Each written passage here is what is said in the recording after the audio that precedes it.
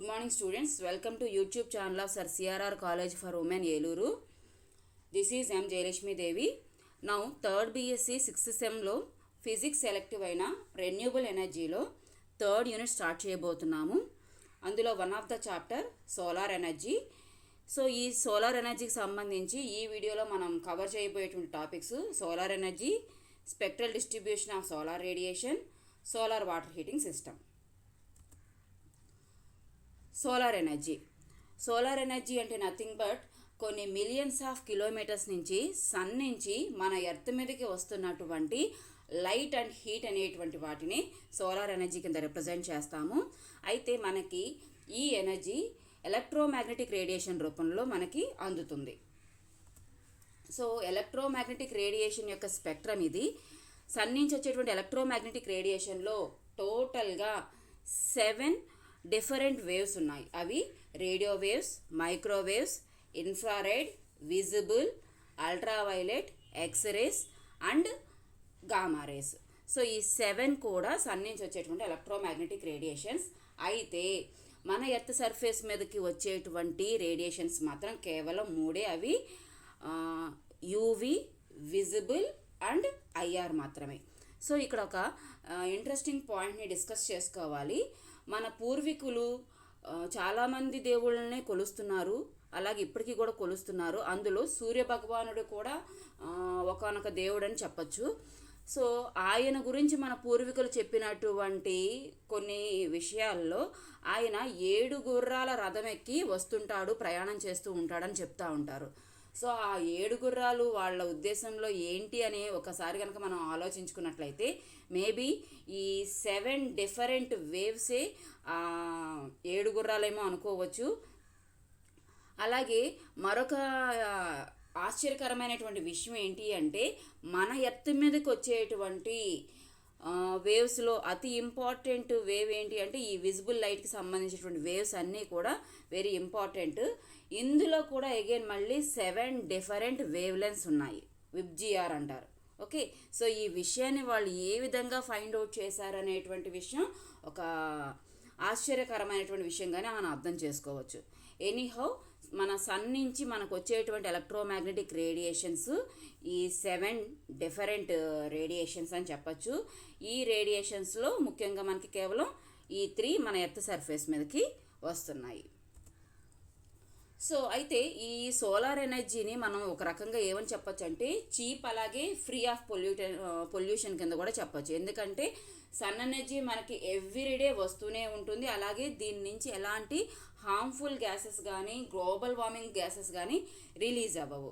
Okay, కాకపోతే వచ్చినటువంటి ఒక చిన్న డిసడ్వాంటేజ్ ఏంటి అంటే ఈ సోలార్ ఎనర్జీ అనేది ఫుల్ డే ఉండదు, కేవలం డే టైం మాత్రమే ఉంటుంది. నైట్ టైం మనకి సోలార్ ఎనర్జీ అందుబాటులో ఉండదు. అదొక డ్రాబ్యాక్ అనుకున్నట్లయితే గనక మన ఎర్త్ సన్ చుట్టూ రివాల్వ్ అయ్యేటువంటి క్రమంలో సన్ నుంచి వచ్చేటువంటి రేడియేషన్స్ ఎర్త్ సర్ఫేస్ మీద ఎగ్జాక్ట్గా పర్పెండిక్యులర్గా ఏ ప్లేసెస్ మీద ఇన్సిడెంట్ అవుతాయి అంటే equator and near to equator regions దగ్గర మాత్రమే ఈ సన్ రేడియేషన్స్ అనేవి ఎక్కువగా ఇన్సిడెంట్ అవుతాయి.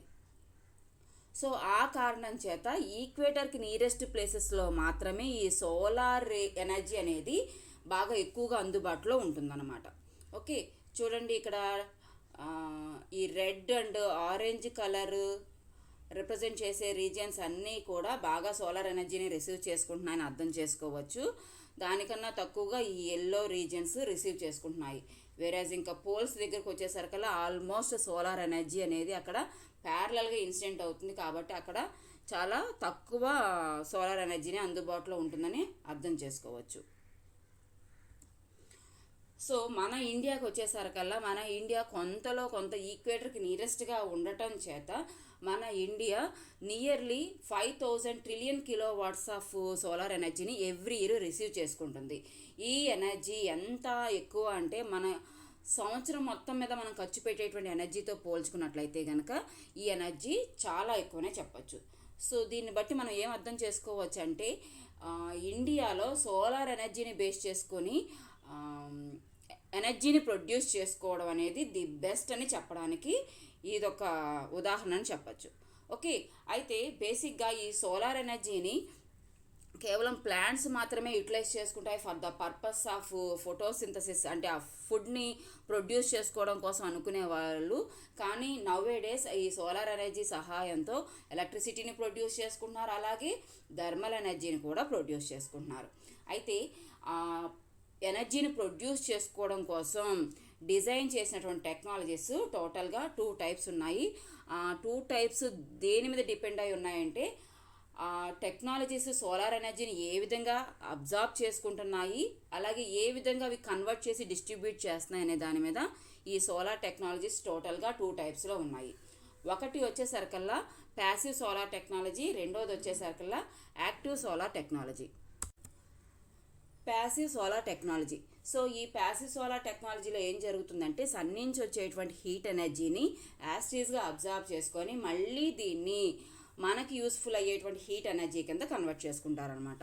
సో దీనికోసం ఏం చేస్తారు అంటే మన ఫర్ ఎగ్జాంపుల్ హౌసెసే తీసుకున్నట్లయితే కనుక ఇంటిని వేడిగా ఉంచుకోవడం కోసం ఈ ప్యాసివ్ సోలార్ టెక్నాలజీని యూస్ చేస్తారు.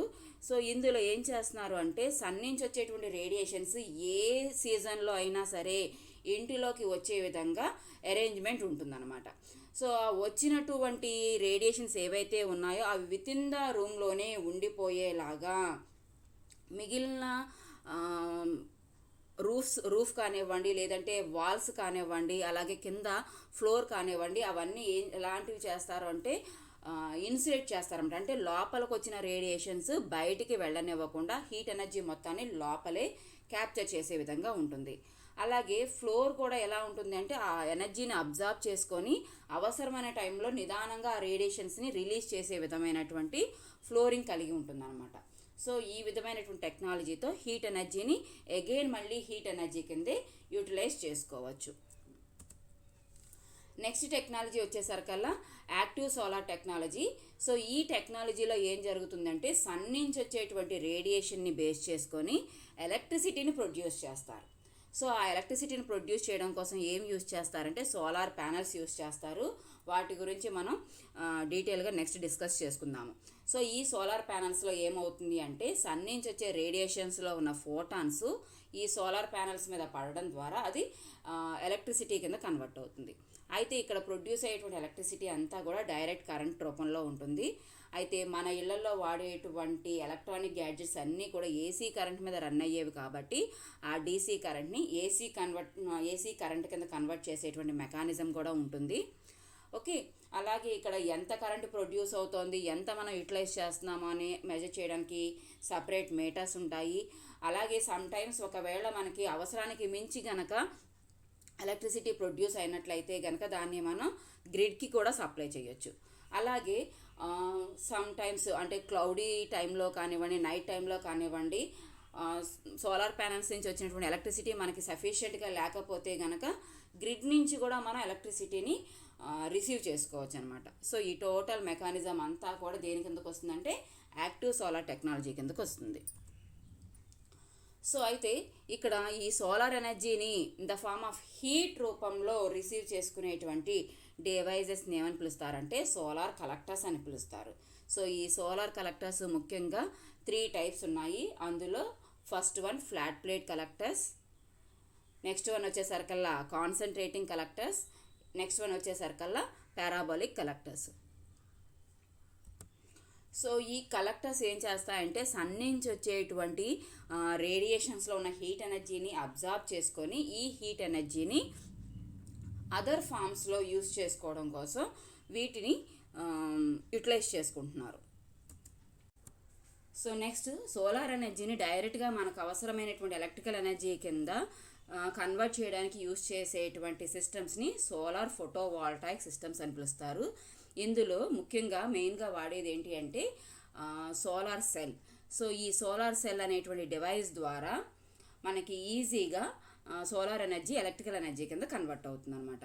సో ఇందులో బేసిక్గా ఉండేటువంటి ప్రిన్సిపల్ ఏంటి అంటే photo electric effect. Photo electric effect అంటే ఏంటి, ఏదైనా ఒక మెటల్ ప్లేట్ మీద సూటబుల్ వేవ్ లెంత్ ఉన్నటువంటి రేడియేషన్ వచ్చి ఇన్సిడెంట్ అయినప్పుడు ఆ మెటల్ ప్లేట్ నుంచి ఈ రేడియేషన్స్ ఏం చేస్తాయంటే అందులో ఉన్న ఎలక్ట్రాన్స్ని బయటికి రిలీజ్ చేస్తాయి. సో ఎలక్ట్రాన్స్ బయటకు వచ్చినప్పుడు దానికి ఆపోజిట్గా పాజిటివ్ టెర్మినల్ ప్లేస్ చేస్తారు.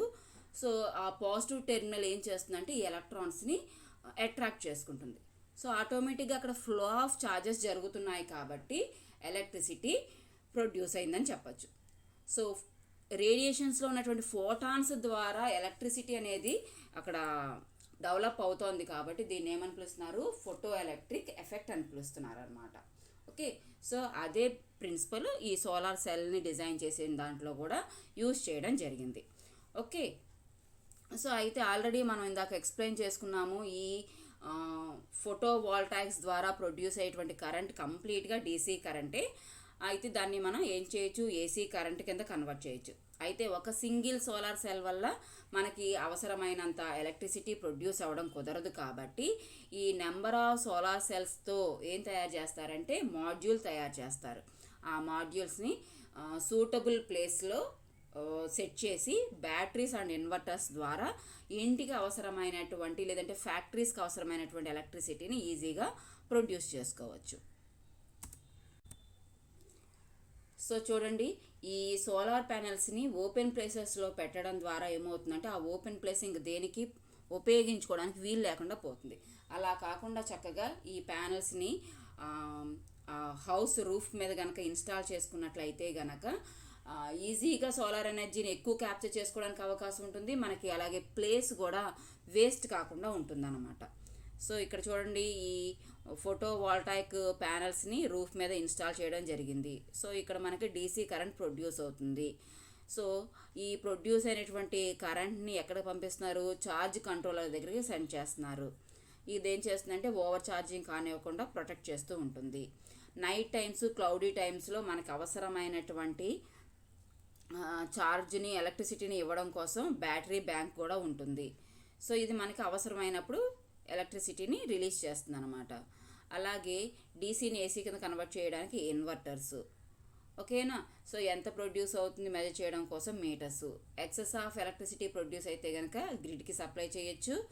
గ్రిడ్ నుంచి కూడా ఇంటికి అవసరమైనటువంటి ఎలక్ట్రిసిటీని నైట్ టైమ్స్ తీసుకోవడానికి అవకాశం ఉంటుందన్నమాట. సో ఇదంతా కూడా మనకి ఫోటో వాల్టాయిక్స్లో ఉండేటువంటి టోటల్ మెకానిజం.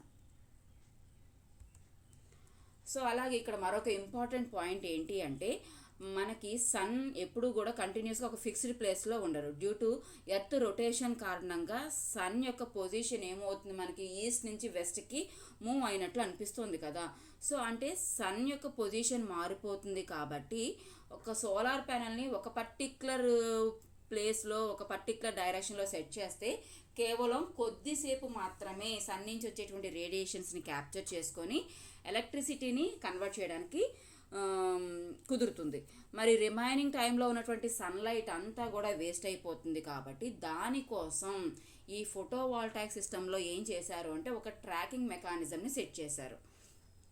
ఈ ట్రాకింగ్ మెకానిజం సహాయంతో ఏమవుతుందంటే జస్ట్ లైక్ మన సన్ఫ్లవర్ ఎలాగైతే సన్ ఏ డైరెక్షన్లో ఉంటే ఆ డైరెక్షన్లోనే ఫేస్ చేసి సన్ నుంచి వచ్చేటువంటి ఎనర్జీ మొత్తాన్ని క్యాప్చర్ చేసుకుంటుందో సేమ్ అదేవిధంగా ఈ సోలార్ ప్యానల్స్లో కూడా ఈ ట్రాకింగ్ మెకానిజం ద్వారా ఏమవుతుంది, సన్ ఏ డైరెక్షన్లో ఉంటే ప్యానల్ కూడా దానికి ఫేస్ చేస్తూ ఉంటుంది అనమాట ఎప్పుడు కూడా ఇక్కడ చూపించినట్లుగా.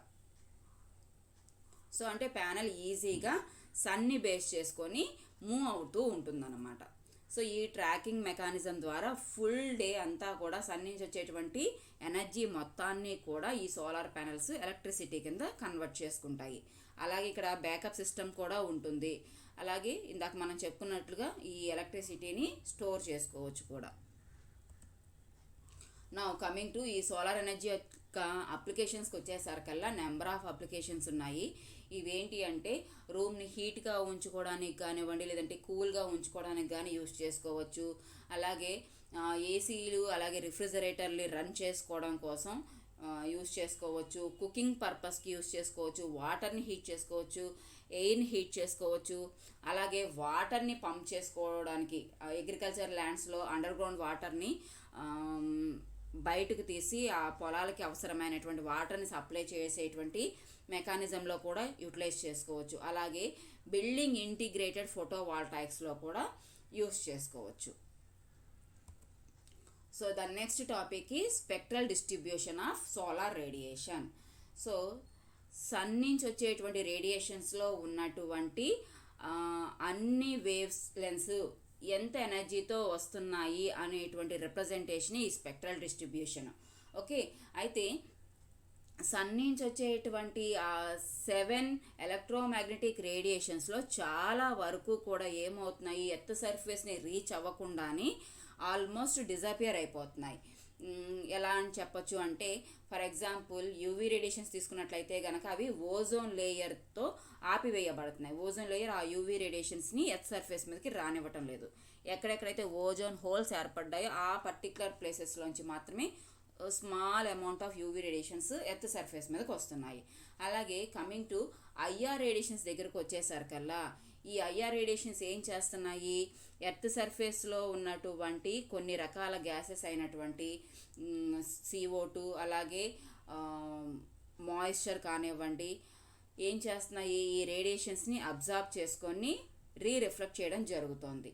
అలాగే కొంత రేడియేషన్స్ ఏం చేయబడుతున్నాయి, అట్మాస్ఫియర్లో ఉన్నటువంటి క్లౌడ్స్ ద్వారా, డస్ట్ ద్వారా, స్మాగ్ ద్వారా, అలాగే స్మోక్ అండ్ ఫాగ్ ద్వారా కూడా ఇవి ఎర్త్ సర్ఫేస్ నుంచి బ్యాక్కి రిఫ్లెక్ట్ చేసేస్తున్నాయి అన్నమాట.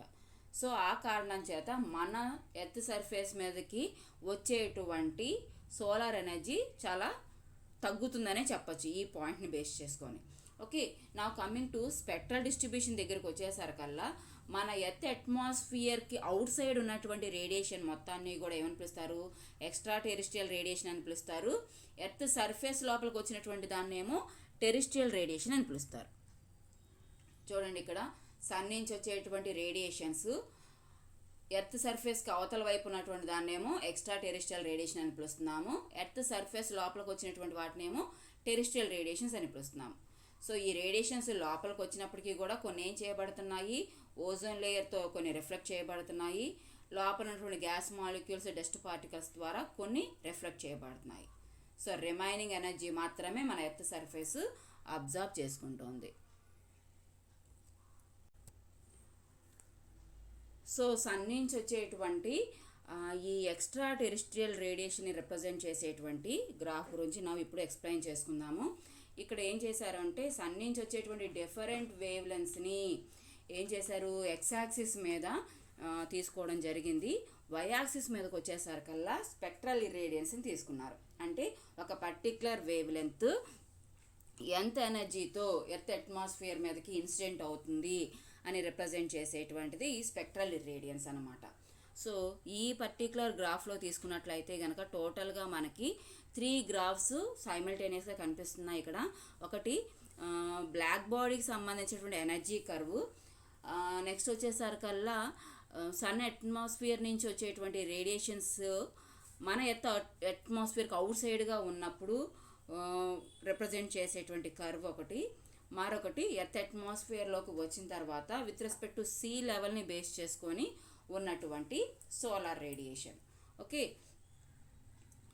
సో జాగ్రత్తగా చూసినట్లయితే కనుక ఇక్కడ బ్లాక్ బాడీకి ఏదైతే కర్వ్ ఉంటుందో సేమ్ అదే రకమైనటువంటి కర్వ్ కూడా మన సోలార్ ఎనర్జీ యొక్క ఎక్స్ట్రా టెరిస్ట్రియల్ రేడియేషన్ని రిప్రజెంట్ చేస్తుంది. ఎందుకంటే బ్లాక్ బాడీ ఎలాగైతే అన్ని డిఫరెంట్ వేవ్స్ని అది ఎలాగైతే అబ్జర్వ్ చేసుకొని రిలీజ్ చేయగలుగుతుందో సేమ్ అదే విధంగా సన్ కూడా one of the black body లాంటిదని అర్థం చేసుకోవచ్చు.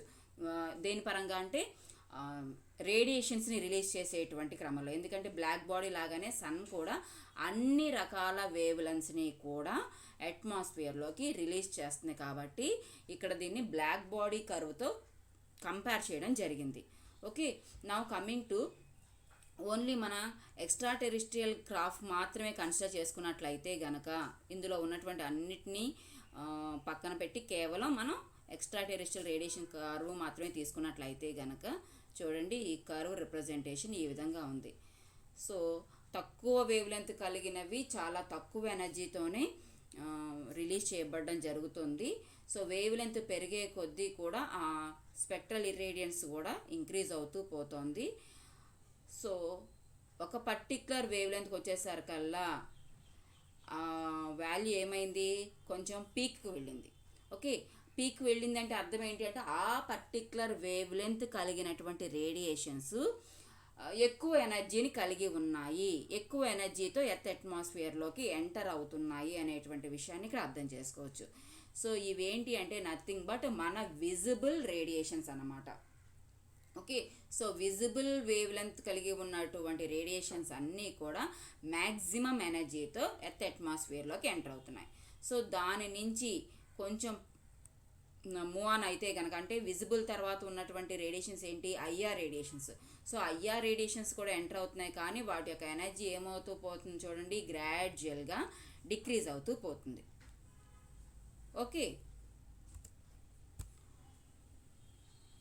సో ఆ కర్వ్ నుంచి మనం క్లియర్గా ఎక్స్ప్లెయిన్ చేసుకోవాల్సినటువంటి పాయింట్ ఏంటి అంటే 0.48 మైక్రోమీటర్స్ వేవ్ లెంత్ రేంజ్లో, అంటే విజిబుల్ రేంజ్ స్టార్ట్ అయిన కాడి నుంచి మనకి మ్యాక్సిమం వాల్యూతో ఎనర్జీ అనేది ఎంటర్ అవుతోంది. ఆ ఎనర్జీ ఎంత ఉంటుంది అంటే 2070 watt per meter square per micrometer రేంజ్లో ఉంటుందన్నమాట. ఆ నెక్స్ట్ గ్రాడ్యువల్గా డిక్రీజ్ అయ్యి ఆ కర్వ్ ఏమైపోతుంది, కంప్లీట్గా జీరో అయిపోతుంది. అంటే ఇంకా అక్కడ ఫర్దర్గా ఇక ఎటువంటి రేడియేషన్స్ రిలీజ్ అవ్వని అర్థం చేసుకోవచ్చు. ఓకే, సో ఈ కర్వ్ ఎక్కడ వరకు ఎక్స్టెండ్ అయి ఉంటుంది అంటే నియర్లీ 4 మైక్రోమీటర్ అబోవ్, అంటే 4 మైక్రోమీటర్ దాటి కూడా ఈ సోలార్ రేడియేషన్స్ ఉంటాయి. ఓకే, అయితే మ్యాక్సిమం 99% ఆ సోలార్ రేడియేషన్ అంతా కూడా మనకి ఏ వేవ్ లెంత్లోనే ఉంటుంది అంటే 4 మైక్రోమీటర్ రేంజ్లోనే ఉంటుంది. ఈ 4 మైక్రోమీటర్ దాటిన తర్వాత రేడియేషన్లో కేవలం small percentage, only 1% of energy మాత్రమే ఉంటుందన్నమాట. సో మన ఎర్త్ సర్ఫేస్ తీసుకునే సరికల్లా ఈ యూవీ రేడియేషన్స్ ఎంత పర్సంటేజ్ కలిగి ఉంటున్నాయి అంటే కేవలం 8.73% ఎనర్జీని మాత్రమే కలిగి ఉన్నటువంటి యూవీ రేడియేషన్స్ ఉన్నాయి. అలాగే విజిబుల్ వచ్చేసరికల్లా ఎక్కువ ఎనర్జీ ఉన్నప్పటికీ కూడా వాటి యొక్క పర్సంటేజ్ ఎంత అంటే 38.15% మాత్రమే ఈ విజిబుల్ ఎనర్జీ అనేది అటైన్ చేసుకుని ఉంది. నెక్స్ట్ ఇంకా రిమైనింగ్ ఎనర్జీ అంతా కూడా దేంట్లో ఉంటుంది, ఐఆర్ రీజియన్లోనే ఉంటుంది. అంటే సన్ నుంచి వచ్చేటువంటి 100% ఎనర్జీ, ఎర్త్ సర్ఫేస్ మీదకి వచ్చినటువంటి 100% ఎనర్జీలో యూవీ పర్సంటేజ్ చాలా తక్కువగా ఉంది. విజిబుల్ వచ్చేసరికల్లా నియర్లీ 38.15% ఉంటే రిమైనింగ్ ఎనర్జీ అంతా కూడా ఏ రూపంలో ఉంది, మనకి ఐఆర్ రేడియేషన్స్ రూపంలోనే ఉంది. ఓకే, సో ఈ కర్వ్ కింద ఉన్నటువంటి ఏరియా అంతా కూడా మనకి ఏం రిప్రజెంట్ చేస్తుందంటే సోలార్ రేడియేషన్ని రిప్రజెంట్ చేసేటువంటిది అన్నమాట. అయితే మన ఎర్త్ సన్ చుట్టూ ఎలిప్టికల్ ఆర్బిట్స్లో తిరుగుతూ ఉండడం వల్ల ఏమవుతుంది చూడండి, సన్కి ఎర్త్కి మధ్య ఉన్నటువంటి డిస్టెన్స్ టైం టు టైం ఏమవుతూ పోతూ ఉంటుంది, చేంజ్ అవుతూ పోతూ ఉంటుంది. సో ఈ కారణం చేత ఏమవుతుందంటే మనకి సన్ నుంచి వచ్చేటువంటి ఆ రేడియేషన్స్ని ఇక్కడ ఫ్లక్స్ అని రిప్రజెంట్ చేస్తున్నారు. ఆ ఫ్లక్స్ ఏమవుతుంది, ఎవ్రీ డే మారుతూ ఉంటుందన్నమాట. ఓకే, అలాగే మన ఈ ఎర్త్ అనేది కొంత యాంగిల్తో ఇంక్లైన్డ్ అయి రొటేట్ అవుతూ ఉండడం వల్ల ఆ రిసీవ్ చేసుకునేటువంటి డిస్టెన్స్ మారుతుంది. అలాగే రిసీవ్ చేసుకునేటువంటి రేడియేషన్స్ యొక్క డైరెక్షన్ కూడా ఏమవుతూ ఉంటుందంటే చేంజ్ అవుతూ ఉంటుంది. కాబట్టి టోటల్గా సన్ నుంచి వచ్చేటువంటి ఫ్లక్స్ ఏదైతే ఉందో అది ఏమవుతూ ఉంటుంది, నిరంతరం కూడా చేంజ్ అవుతూ ఉంటుంది. సో దాన్ని ఇక్కడ ఏమని పిలుస్తున్నారంటే వేరియింగ్ ఫ్లక్స్ అని పిలుస్తున్నారు. దాన్ని క్యాలిక్యులేట్ చేయడానికి we have a formula. So varying flux ISC prime equals to constant flux, దాన్నే ఐఎస్సి అని పిలుస్తున్నాము, multiplied by 1 + 0.033 cos 360n/365. So ఈ ఫార్ములా సహాయంతో ఏ రోజు ఎంత ఫ్లక్స్ వస్తోంది ఎర్త్ సర్ఫేస్ మీదకి ఒక పర్టిక్యులర్ ప్లేస్లో అనేటువంటి విషయాన్ని ఈజీగా క్యాలిక్యులేట్ చేసుకోవచ్చు. సో ఈ ఐఎస్సిని ఏమని పిలవచ్చు అంటే సోలార్ కాన్స్టెంట్ అని కూడా పిలవచ్చు. ఇది ఏం చెప్తోంది మనకి, ఎర్త్ సర్ఫేస్ మీదకి అలాగే ఎర్త్ సర్ఫేస్ మీద ఒక యూనిట్ ఏరియాలోకి పర్పెండిక్యులర్గా సన్ నుంచి వచ్చేటువంటి రేడియేషన్స్ ఎంత వచ్చి పడుతున్నాయి అనేటువంటి విషయాన్ని చెప్పేటువంటి దాన్ని ఈ సోలార్ కాన్స్టెంట్ అని పిలుస్తారు. దీని వాల్యూ ఎంత ఉంటుందంటే 1367 వాట్ పర్ మీటర్ స్క్వేర్ ఉంటుంది. ఓకే, సో ఇందులో ఎన్ అనేటువంటిది ఏం రిప్రజెంట్ చేస్తుంది అంటే ఇయర్లో ఏ రోజున మీరు మొత్తం టోటల్గా మనకి 365 డేస్ ఉన్నాయి. సో 365 డేస్లోనూ ప్రతి ఒక్క రోజు ఫ్లక్స్లో వేరియేషన్ ఉంటుంది కాబట్టి మనం ఏ రోజు ఫ్లక్స్ని క్యాలిక్యులేట్ చేయాలనుకుంటున్నామో ఆ రోజుని రిప్రజెంట్ చేసేటువంటిది ఎన్ అవుతుంది. అలాగే ఇక్కడ ఫార్ములాలో మనకి కాస్ ఉండడం వల్ల ఈ కొసైన్ యొక్క వాల్యూ మనకి -1 నుంచి +1కి చేంజ్ అవుతూ ఉంటుంది కాబట్టి టోటల్గా ఫ్లక్స్లో ఉన్నటువంటి వేరియేషన్ ఎంత ఉండడానికి అవకాశం ఉంటుందంటే ±3.3% ఉంటుంది టోటల్గా ఇయర్ మొత్తం మీద. అంటే -3.3% నుంచి +3.3% మధ్యలో ఈ ఫ్లక్స్ వేరియేషన్ ఉండడానికి అవకాశం ఉంటుంది. ఓకే, సో టోటల్గా సన్ నుంచి వచ్చేటువంటి రేడియేషన్స్ని కనుక మనం గ్రాఫికల్గా రిప్రజెంట్ చేసినట్లయితే ఆ రిప్రజెంటేషన్ అంతా కూడా దేనికి సమానంగా ఉంది అంటే బ్లాక్ బాడీకి సమానంగా ఉంది. బ్లాక్ బాడీ కూడా అంతే కదా, అన్ని రకాల రేడియేషన్స్ని అబ్జార్బ్ చేసుకున్నప్పటికీ కూడా ఒక పర్టిక్యులర్ వేవ్ లెంత్ని మాత్రం మ్యాక్సిమంగా రిలీజ్ చేస్తుంది. సో మన సన్ కూడా అలాగే కేవలం విజిబుల్ వేవ్ లెంత్స్ని మాత్రమే ఎక్కువగా రిలీజ్ చేస్తుంది, మిగిలిన వాటన్నిటిని కూడా తక్కువ ఎనర్జీతోనే రిలీజ్ చేస్తుంది. అయితే ఈ ఫార్ములా మనకి దేనికి ఉపయోగపడుతుంది అంటే ఈ ఫార్ములా సహాయంతో సోలార్ ప్యానల్స్ని సెట్ చేయడానికి కానివ్వండి, సోలార్ ఎనర్జీని బేస్ చేసుకొని హీట్ ఎనర్జీ కింద కన్వర్ట్ చేయడానికి కానీ ఈ ఫార్ములా మనకి బాగా యూజ్ అవుతుందన్నమాట. అండ్ ద నెక్స్ట్ టాపిక్కి solar water heating system. So solar water heating సిస్టంలో ఏం జరుగుతుంది అంటే సన్ నుంచి వచ్చేటువంటి హీట్ ఎనర్జీని డైరెక్ట్గా అబ్జార్బ్ చేసుకొని వాటర్ని హీట్ చేయడం కోసం ఉపయోగించేటువంటి మెకానిజం అన్నమాట. ఓకే, చూడండి ఇక్కడ చక్కగా ఇలా బిల్డింగ్ మీద కనుక ఇలాంటి సోలార్ వాటర్ ప్లాంట్స్ని కనుక ఇన్స్టాల్ చేసుకున్నట్లయితే కనుక ఈజీగా మనం వాటర్ని హీట్ చేసుకోవడానికి వీలుగా ఉంటుంది. సో ఒక సోలార్ వాటర్ హీటర్లో ఉండాల్సినటువంటి మెయిన్ కాంపోనెంట్స్ ఏంటి అంటే flat plate collector, storage tank, return tubes. Okay, వీటి గురించి ఇప్పుడు డిస్కస్ చేసుకుందాం. సో సోలార్ వాటర్ హీటింగ్ సిస్టంలో మెయిన్గా ఫస్ట్ కావాల్సింది సోలార్ కలెక్టర్. సో ఈ సోలార్ కలెక్టర్కి వాటర్ని సప్లై చేయడానికి అక్కడ నుంచి వాటర్ మళ్ళీ తిరిగి రిసీవ్ చేసుకోవడం కోసం ట్యూబ్స్ కావాలి. వీటిని రిటర్న్ ట్యూబ్స్ అని పిలుస్తున్నారు. అంటే నథింగ్ బట్ వాటర్ ఫ్లో అయ్యేటువంటి పైప్స్ అని అర్థం చేసుకోవచ్చు. అలాగే ఈ వాటర్ని స్టోర్ చేసుకోవడానికి ఒక స్టోరేజ్ ట్యాంక్, ఇవి మెయిన్గా కావాల్సినవి అనమాట. So coming to solar collector ఇక్కడ మెయిన్ కాంపోనెంట్ అని చెప్పచ్చు. ఎందుకంటే ఇదే ఇక్కడ హీట్ ఎనర్జీని రిసీవ్ చేసుకొని వాటర్ని హీట్ చేయడానికి ఉపయోగించేటువంటి మెయిన్ కాంపోనెంట్. ఇందులో కింద బేస్మెంట్ కింద ఏముంటుంది అంటే ఇక్కడ ఒక ఇన్సులేటింగ్ మెటీరియల్తో తయారు చేయబడినటువంటి బేస్ ఉంటుంది. దాని లోపల ఏం చేస్తారంటే కాపర్తో తయారు చేసినటువంటి ట్యూబ్స్ లాంటివి ఉంటాయి. ఇక్కడ చూపించినట్లుగా ఈ విధమైనటువంటి స్ట్రక్చర్ని కలిగి ఉంటాయి. సో ఈ కాపర్ని తీసుకోవడం వల్ల ఏమవుతుంది అంటే ఇది సన్ నుంచి వచ్చేటువంటి హీట్ ఎనర్జీని ఎక్కువగా ఇది రిసీవ్ చేసుకుంటుంది. ఎందుకంటే copper is a thermal conducting material కాబట్టి హీట్ ఎనర్జీని త్వరగా రిసీవ్ చేసుకుంటుంది. సో ఆ కారణం చేత ఆ ట్యూబ్ బాగా వేడెక్కుతుంది కాబట్టి ఆ వేడెక్కిన దాంట్లోకి వాటర్ ఎప్పుడైతే ఫ్లో ఆన్ అవుతుందో ఆటోమేటిక్గా వాటర్ కూడా హీట్ అవుతుంది అనమాట. ఓకే, సో లోపలికి వచ్చినటువంటి హీట్ ఎనర్జీ బయటికి వెళ్ళిపోనివ్వకుండా అలాగే ఇది మల్టిపుల్ టైమ్స్ లోపలే ఇంకా వేడిగా అవ్వడం కోసం దానిపైన రిఫ్లెక్టర్స్ని ప్లేస్ చేస్తారు.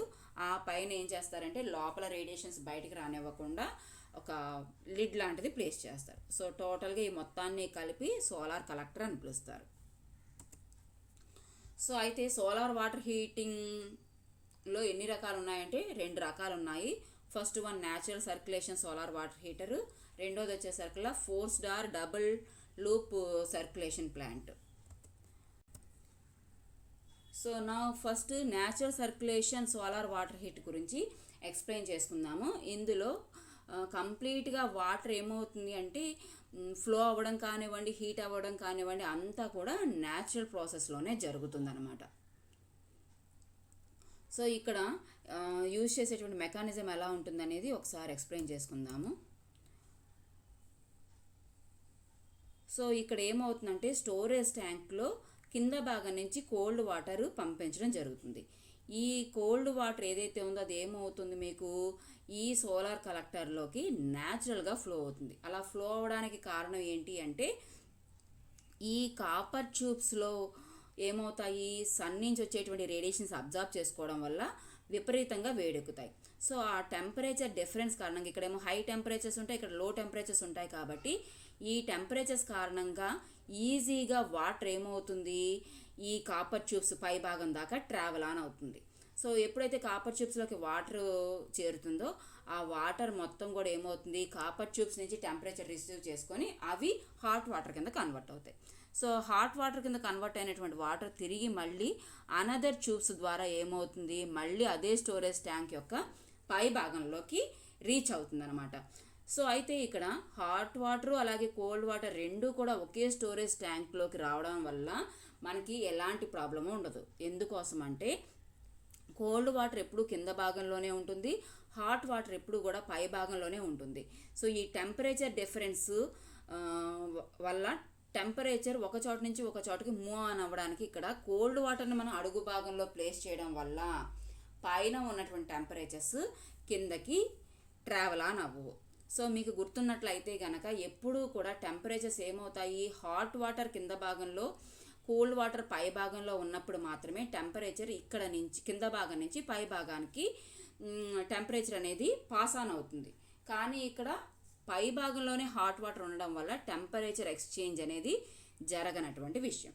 సో ఈ స్టోరేజ్ ట్యాంక్కి పై భాగాన సెట్ చేసినటువంటి హాట్ వాటర్ అవుట్లెట్ ద్వారా మనకి ఇంట్లో ఎక్కడెక్కడైతే ఈ హాట్ వాటర్ నెసిటీ ఉందో ఆ ప్లేసెస్కి సప్లై జరుగుతుంది అన్నమాట. ఓకే, సో అయితే ఈ సన్ ఉన్నంతసేపు కూడా ఈ ఫ్లాట్ ప్లేట్ కలెక్టర్స్లో ఈ టెంపరేచర్స్ హైగానే ఉంటాయి. కాబట్టి ఈ కోల్డ్ వాటర్ ఆటోమేటిక్గా ఏమవుతుంది, మనకి ఈ సోలార్ ఫ్లాట్ ప్లేట్ కలెక్టర్స్లోకి వస్తూ ఉంటుంది అనమాట. అయితే నైట్ టైం వచ్చేసరికి ఏమవుతుంది, మనకి సన్ ఉండకపోవడం వల్ల టెంపరేచర్ డిఫరెన్స్ ఉండదు. సో ఆ కారణం చేత ఏమవడానికి అవకాశం ఉండొచ్చు అంటే ఈ కూల్డ్ వాటర్ ఏదైతే ఉందో ఈ కూల్ వాటరు ఈ ఫ్లాట్ ప్లేట్ కలెక్టర్స్లోకి వచ్చేసి రీమిక్స్ అయిపోవడానికి అవకాశం ఉంటుందేమో అని అనుకోవడానికి అవకాశం ఉంటుంది. సో అలాంటిది జరగకుండా ఉండడం కోసం ఏం చేస్తారు అంటే, సో ఈ స్టోరేజ్ ట్యాంక్ని ఎప్పుడు కూడా ఏం చేస్తారు అంటే 1 feet బిలోగానే పెడతారు. సో ఆ కారణం చేత ఏమవుతుంది, మనకి నైట్ టైము వాటర్ ఈ ఫ్లాట్ ప్లేట్ కలెక్టర్స్లోకి వెళ్ళి రీమిక్స్ అవనివ్వకుండా ఇది ప్రొటెక్ట్ చేస్తుంది అనమాట. So next solar water heating mechanism ఏంటి అంటే forced or double loop circulation plant. So ఇందులో ఏమవుతుంది అంటే ఈ వాటర్ ఏదైతే ఉందో అది బై ఫోర్స్ ద్వారా అంటే ఎక్స్టర్నల్ ఏజెన్సీ యూజ్ చేయడం ద్వారా వాటర్ సర్క్యులేట్ అయ్యి హీట్ అవుతుంది అనమాట.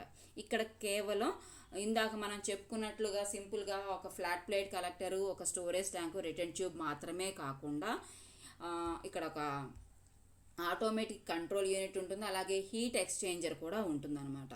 సో ఇక్కడ చూడండి, ఇక్కడ డయాగ్రామ్ ఎక్స్ప్లెయిన్ చేసుకుంటున్నాము. ఇక్కడ ఒక స్టోరేజ్ ట్యాంక్ ఉంది. ఈ స్టోరేజ్ ట్యాంక్ యొక్క అడుగు భాగం నుంచి కూల్ వాటర్ని ఎక్కడికి సప్లై చేస్తున్నారు, ఫ్లాట్ ప్లేట్ కలెక్టర్స్కి సప్లై చేస్తున్నారు. సో ఈ ఫ్లాట్ ప్లేట్ కలెక్టర్స్ ఏం చేస్తున్నాయి, ఆ కూల్ వాటర్ని హాట్ వాటర్ కింద కన్వర్ట్ చేస్తున్నాయి. సో ఆ హాట్ వాటర్ మళ్ళీ ఏమవుతుంది, ఈ స్టోరేజ్ ట్యాంక్ యొక్క పై భాగంలోకి వెళ్తుంది. సో ఆల్రెడీ మనం ఇందాక ఎక్స్ప్లెయిన్ చేసుకున్నాము, పైన హై టెంపరేచర్స్, కింద లో టెంపరేచర్స్ ఉంటే గనక టెంపరేచర్ ఎక్స్చేంజ్ జరగదు. ఓకే, టెంపరేచర్ ఎక్స్చేంజ్ ఎప్పుడు జరుగుతుంది అంటే కింద హై టెంపరేచర్స్, పైన లో టెంపరేచర్స్ ఉన్నప్పుడు మాత్రమే హీట్ ఎక్స్చేంజ్ జరుగుతుంది. ఎందుకంటే హై టెంపరేచర్స్ కలిగినటువంటి మాలిక్యూల్స్ యొక్క డెన్సిటీ ఎలా ఉంటుంది, తక్కువగా ఉంటుంది. కాబట్టి ఆ మాలిక్యూల్స్ ఈజీగా కింద నుంచి పైకి వెళ్తాయి. అది జరగకుండా ఉండడం కోసమే ఇక్కడ హాట్ వాటర్ వెళ్ళేటువంటి ఇన్లెట్నేమో పై భాగంలో ప్లేస్ చేశారు. అలాగే కూల్ వాటర్ సంబంధించిన దాన్నేమో కింద భాగంలో పెట్టడం వల్ల హీట్ ఎక్స్చేంజ్ జరగదు. ఓకేనా. సో అలాగే మరి ఇందాక చెప్పిన ప్రాసెస్ కూడా ఇలాగే ఉంది కదా. స్టోరేజ్ ట్యాంక్ కింద భాగం నుంచి కూల్ వాటర్ ఫ్లాట్ ప్లేట్ కలెక్టర్కి వెళ్ళింది, పై భాగం నుంచేమో హాట్ వాటర్ వచ్చింది. అంటే దీనితో పాటుగా ఎడిషనల్గా ఇక్కడ ఏముంటుంది అంటే ఎలక్ట్రిక్ హీటర్ ఉంటుంది. ఓకే, ఈ ఎలక్ట్రిక్ హీటర్ ఏం చేస్తుంది, వచ్చిన వాటర్ని ఇంకొంచెం మరింతగా హాట్ వాటర్ కింద కన్వర్ట్ చేస్తుంది. అంటే ఇక్కడ ఎడిషనల్గా హీటింగ్ అనేది జరుగుతుంది. అందుకే దీన్ని ఏమని పిలుస్తున్నాము, ఫోర్స్డ్ అని కానీ లేదంటే డబుల్ లూప్ సర్క్యులేషన్ ప్లాంట్ అని కానీ పిలుస్తున్నాము. సో ఏ ప్లేసెస్లో అయితే ఎక్కువ హాట్ వాటర్ డిమాండ్ ఉంటుందో అలాంటి ప్లేసెస్లో ఏమవుతుంది, కూల్ వాటర్ని ఫ్లాట్ ప్లేట్ కలెక్టర్స్ ద్వారా కొంతవరకు హాట్ వాటర్ కింద కన్వర్ట్ చేస్తున్నారు. దాన్ని మరింత హాట్ వాటర్ కింద కన్వర్ట్ చేయడం కోసం ఏం చేస్తున్నారు, ఎడిషనల్ ఎలక్ట్రిక్ హీటర్స్ని యూజ్ చేయడం ద్వారా సో వాటర్ మరింతగా హాట్గా కన్వర్ట్ అవ్వడానికి అవకాశం ఉంటుందన్నమాట. ఇలాంటి వాటిని ఎక్కడ ఎక్కువగా హాట్ వాటర్ డిమాండ్ ఉంటుందో అలాంటి ప్లేసెస్లో ఇవి మనకి యూస్ఫుల్గా ఉంటాయి. ఎక్కడైతే తక్కువ హాట్ వాటర్ సప్లై ఉంటే సరిపోతుందో అలాంటి ప్లేసెస్లో ఇందాక మనం చెప్పుకున్నటువంటి న్యాచురల్ సోలార్ వాటర్ హీటర్స్ని యూజ్ చేసుకుంటే సరిపోతుంది అనమాట. సో ఇక్కడ కూడా నైట్ టైంలో hot water cool water remix అవనివ్వకుండా ఇక్కడ ఏమవుతుందంటే ఒక చెక్ వాల్ లాంటిది ఉంటుంది. సో దాని సహాయంతో నైట్ టైము ఈ hot water cool water mix అవ్వకుండా ఉంటాయి. సో అయితే ఈ వీటిని డిజైన్ చేసేటువంటి క్రమంలో వీటికి కూడా ఒక ఫార్ములా ఉంది. ఆ ఫార్ములాని బేస్ చేసుకొని ఏ ఇంటికి ఎంత కెపాసిటీ ఉన్నటువంటి సోలార్ వాటర్ హీటర్స్ కావాలి అనేటువంటిది డిజైన్ చేయడం జరుగుతుందన్నమాట. ఓకే, సో ఆ ఫార్ములా ఏంటో చూద్దాము. So Q = KNP CPW × T2 - T1 ND joules. So హీట్ని మనం జౌల్స్లోనే, హీట్ ఎనర్జీని జౌల్స్లోనే కన్సిడర్ చేస్తాం కాబట్టి ఇక్కడ J అనేది యూనిట్స్ అవుతుంది. Q అనేది ఏంటి అంటే ఒక మంత్ మొత్తం మీద ఆ పర్టిక్యులర్ సోలార్ వాటర్ హీటర్ నుంచి మనకి ఎంత హాట్ వాటర్ సప్లై కావాలి అని రిప్రజెంట్ చేసేటువంటిది Q అన్నమాట. ఓకే, సో ఈ హీట్ క్వాంటిటీని మనం ఎలా క్యాలిక్యులేట్ చేస్తున్నాము అంటే ఆ పర్టిక్యులర్ హాట్ వాటర్ మీద డిపెండ్ అయ్యి ఎంతమంది పర్సన్స్ ఉన్నారు. NP అంటే నెంబర్ ఆఫ్ పర్సన్స్, K అంటే ప్రతిరోజు ఒక పర్సన్కి ఎంత హాట్ వాటర్ అవసరం అవుతుంది అనేది K రిప్రజెంట్ చేస్తుంది. CPW అంటే స్పెసిఫిక్ హీట్ ఆఫ్ వాటర్, అంటే వాటర్ యొక్క టెంపరేచర్ 1 డిగ్రీ రైజ్ అవ్వడానికి ఎంత హీట్ ఎనర్జీ అవసరం అవుతుందో రిప్రజెంట్ చేసేటువంటిది ఈ CPW. అలాగే T1 అనేది ఏంటి అంటే ఆ పర్టిక్యులర్ ప్లేస్లో నార్మల్ వాటర్ యొక్క టెంపరేచర్ ఎంత ఉంటుంది. T2 వచ్చేసరికల్లా అసలు ఫైనల్గా హాట్ వాటర్ యొక్క టెంపరేచర్ ఎంత ఉండాలి రిప్రజెంట్ చేసేటువంటిది.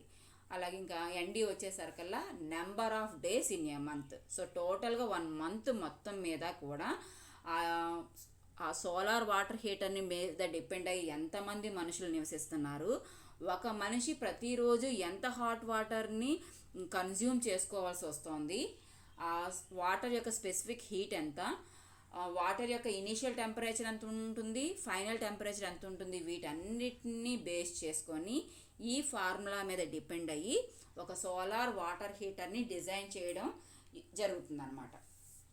సో దాన్ని బేస్ చేసుకొని ఏ ఇంటికి ఏ కెపాసిటీ ఉన్నటువంటి సోలార్ వాటర్ హీటర్ కావాలనేది డిసైడ్ చేసుకొని ఇంప్లిమెంట్ చేసుకుంటారు. Okay, so this is about solar water heater system. So ఈ 2 రకాల సోలార్ వాటర్ హీటర్ సిస్టమ్స్ ద్వారా మనం కొంతవరకు ఏం చేయొచ్చు అంటే ఎలక్ట్రిసిటీ కన్సంప్షన్ని తగ్గించుకోవచ్చు. ఎందుకంటే హాట్ వాటర్ కావాలంటే నవేడేస్ ఏం చేస్తున్నారు, ఎలక్ట్రిక్ హీటర్స్ అలాగే గ్రేజర్స్ మీద డిపెండ్ అవుతున్నారు. అవి ఏం చేస్తున్నాయి, ఎలక్ట్రిసిటీని బేస్ తీసుకొని వాటర్ని హాట్గా కన్వర్ట్ చేస్తున్నాయి. ఇప్పుడు ఈ విధమైనటువంటి సోలార్ వాటర్ హీటర్స్ యూటిలైజ్ చేయడం ద్వారా ఏమవుతుంది, కొంతవరకు కూడా మనం ఎలక్ట్రిసిటీ కన్సంప్షన్ని తగ్గించిన వాళ్ళం అవుతాం. So of course natural solar water హీటర్లో అయితే అసలు ఎలక్ట్రిసిటీ మీద డిపెండ్ అవ్వకుండానే టోటల్గా వాటర్ని మనం హీట్ చేసుకోవచ్చు. ఫోర్స్డ్ వాటర్ హీటర్లో వచ్చేసరికల్లా కొంత ఎలక్ట్రిసిటీని కన్జ్యూమ్ చేసుకున్నప్పటికీ కూడా టోటల్ కన్జంప్షన్ని కొంతవరకు మనం కంట్రోల్ చేయవచ్చు అన్నమాట. Okay, this is about solar water heater. Thank you.